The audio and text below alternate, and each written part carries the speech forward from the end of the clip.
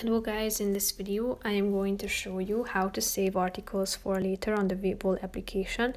But first I just want to mention, don't forget to subscribe to my channel, because at 10,000 subscribers I am going to show you my whole YouTube revenue statistics and growth strategy, how to make money online. Now let's jump into it. First of all, open the application on your phone. After that you should tap on the news button down below, which is the third option.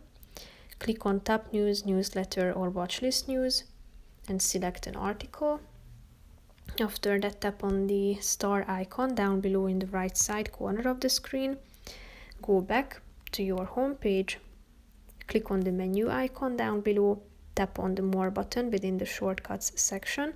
Scroll down to Others, and here you can find the Saved Articles button. So click on it and all of your saved articles will appear at this section, or in the Save News section. Here you can see it. That's pretty much it for this video, guys. See you in the next one. Bye bye.